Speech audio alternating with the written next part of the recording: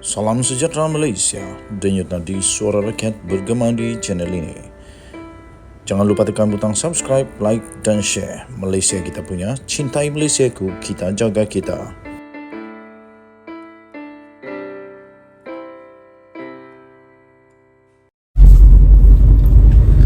Salam sejahtera Malaysia, denyut nadi suara rakyat bergema di channel ini.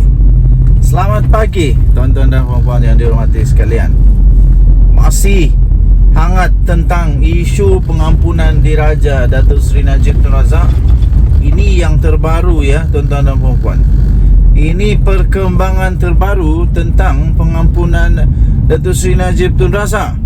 Dan kali ini mungkin kerana didesak ataupun terdesak ataupun sudah perlu tiba saatnya untuk beliau sendiri bercakap, akhirnya Zahid Hamidi memberikan kata dua, memberikan nasihat, memberikan kata-kata daripada seorang pemimpin parti terbesar Melayu ini.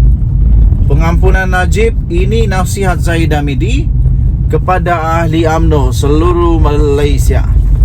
Presiden UMNO Malaysia Datuk Seri Dr. Ahmad Zahid Hamidi yakin lembaga pengampunan akan memikirkan waktu paling sesuai untuk membincangkan isu pengampunan bekas Perdana Menteri Datuk Seri Najib Tun Razak. Jadi tuan-tuan dan puan-puan, segala sesuatu ada masanya. Jadi kena sabar. Kena sabar, bukan semuanya segera. Kerana ada prosedur, ada SOP, ada guideline lah yang perlu diikut. Jadi bukannya segera. Orang lain pun nak bebas juga. Bukan sekadar Najib Razak yang ingin bebas daripada penjara. Orang lain pun nak bebas juga.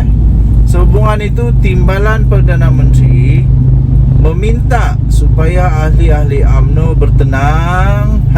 Inilah dia, bertenang dan menunggu kenyataan lanjut daripada bahagian hal ehwal Undang-Undang BB HEUU Jabatan Perdana Menteri JPM selaku urus setia di dalam lembaga pengampunan terbabit. Katanya dalam satu kenyataan media, iaitu sidang lembaga pengampunan telah berlalu pada 28 April lalu. Sebagaimana kita telah ketahui bahawa agenda pengampunan Datuk Seri Najib Razak ini tidak dimasukkan kerana lembaga pengampunan memikirkan bahawa akan ada waktu paling sesuai untuk memasukkan agenda itu, iaitu agenda untuk pengampunan diraja Datuk Seri Najib Tun Razak. Jadi tuan-tuan dan puan-puan, menurut kenyataan daripada sumber itu, pengampunan Najib Razak tidak dibincangkan kerana perlu ikut giliran, bukan kerana tak suka ke tak boleh ke, tapi kena ikut giliran ya, kena ikut giliran. Kerana ramai lagi yang lebih dahulu sudah masuk penjara yang mau minta pengampunan diraja. Jadi kalau yang keluarga Najib Razak mau supaya Najib Razak dibebaskan segera, bukan dia seorang saja yang bergelar bapa, yang ada ahli keluarga yang mau dia dibebaskan, ramai lagi.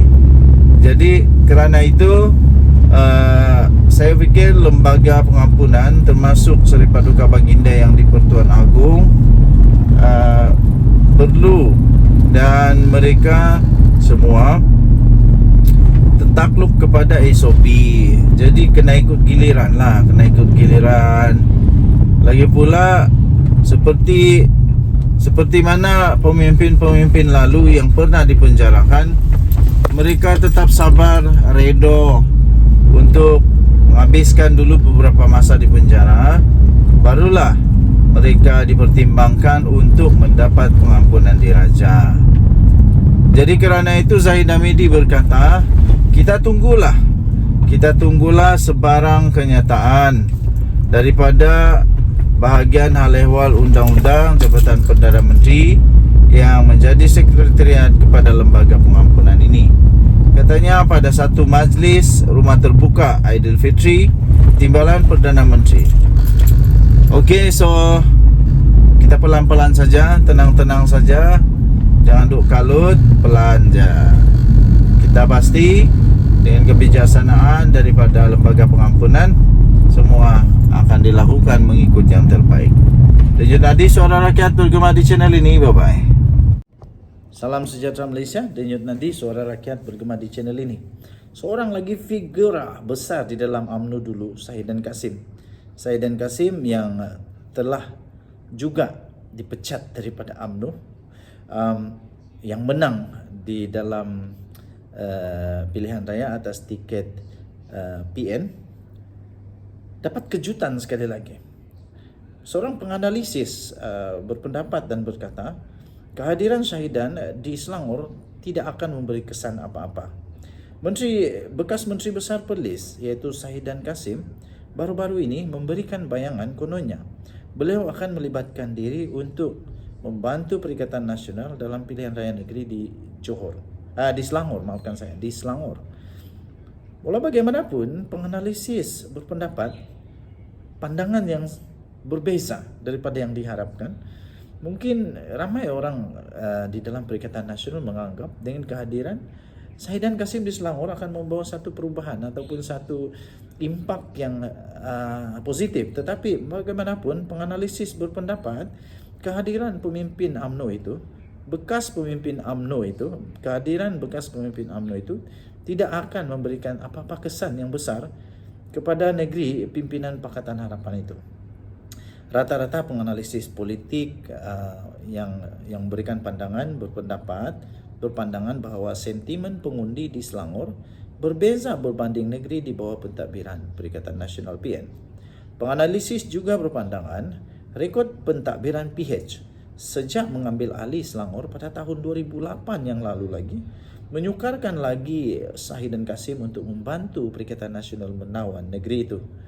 Salah seorang daripada penganalisis yang memberikan pandangan tersebut adalah penganalisis sosiopolitik Pusat Demokrasi dan Pilihan Raya Universiti Malaya UMCEDEL, iaitu Awang Azman Awang Pawi dan Muhammad Azizuddin Muhammad Sani dari Universiti Utara Malaysia, yang melihat kerjasama antara PH dan BN di peringkat nasional sebenarnya dapat mengukuhkan sokongan pengundi di negeri Selangor. Katanya dalam pandangan beliau itu, politik PN di Selangor masih banyak bergantung kepada ahli dan jentera PAS, terutama di kawasan majoriti Melayu. Namun pengaruh PAS tak mampu memberikan ancaman besar kepada Selangor. Lebih-lebih lagi, sudah ada kerjasama dengan PH dan BN, kata Awang Azman. Azizuddin pula menjangkakan modal berkempen yang bakal dibawa oleh PN yang banyak memainkan isu sensitif tidak cukup efektif untuk pengundi di Selangor. Katanya PN memang cuba untuk membawa calon payung terjun dari luar untuk cuba menguatkan Perikatan Nasional di Selangor. Mereka juga banyak memainkan isu sensitif untuk menarik undi. Katanya penganalisis itu lagi, namun pengundi Selangor sebenarnya lebih rasional dan telah merasai kebaikan pemerintahan PH di Selangor. Dengan kerajaan perpaduan berada di pusat, saya rasa peluang PH-BN untuk menang lebih baik di Selangor, kata penganalisis politik itu. Tambahnya lagi, Azmin dan Zuraida pun sudah ditolak. Pada 27 April yang lalu, Sahidan dilaporkan memberi bayangan bahawa dia mungkin dilibatkan dalam perencanaan PN dalam PRN di Selangor. Tidak lama lagi memandangkan saya sudah mula turun ke Semenyi beberapa kali sejak lagi. Tambah Awang Azman, meskipun pencaturan PN dengan menggunakan bekas pemimpin UMNO yang berpengaruh dianggap sebagai cubaan terbaik untuk merampas Selangor, PN diingatkan bahawa langkah itu akan mengguris hati pemimpin akar umbi PN sebelum ini yang telah berkhidmat di situ sebelum ini. Katanya pengundi Selangor tak sama sentimen seperti di Kelantan. Jika Nur Omar, Khairi Jamaluddin dan Sahidan diletak di Selangor, ia akan mengguris hati pemimpin akar umbi PN yang mempunyai pemimpin tempatan mereka sendiri untuk bertanding dalam PRN nanti. Ia juga seolah-olah PN tidak mempunyai calon pemimpin mereka sendiri. Katanya yang memberi beberapa contoh nama bekas pemimpin kuat UMNO yang dipecat parti selepas PR15. Memberi contoh nasib Azmin Ali dan Zuraida Hamarudin yang juga sebelum ini merupakan pemimpin politik yang berpengaruh di negeri itu. Awang Azman menjangkakan sekiranya Sahidan gagal memberikan kemenangan buat PN, nama mereka akan hilang lebih awal dalam radar politik sama ada di peringkat nasional maupun negeri.